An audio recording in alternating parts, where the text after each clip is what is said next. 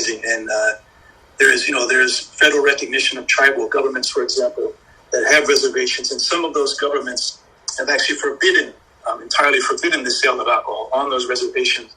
And not only that, they've taken advantage of their territoriality and the sovereignty over their reservations to take advantage of loopholes in reservation lands in states where they're otherwise forbidden.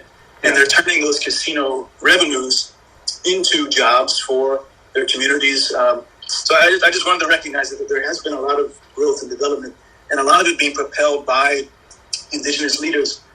There's also, we're seeing a rising number of Native American studies programs, some of them framed as indigenous studies in universities. And on a more sort of chilling point, there's a law that was enacted in the late 1980s called the Native American Graves Protection and Repatriation Act. And this law essentially it attempts to deal with century-long looting and stealing and dispossession of Native American burial grounds and the bodies of their ancestors. So literally the bones of Native American ancestors. I think the numbers are probably in the millions, if not in the several hundred thousands or so.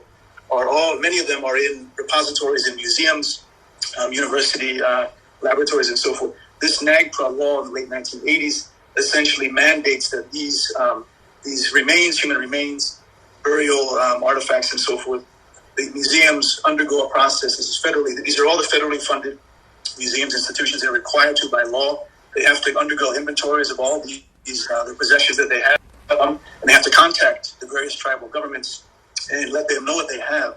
And then the tribal governments are supposed to respond and make a claim, and then there's a legal process that is ensued.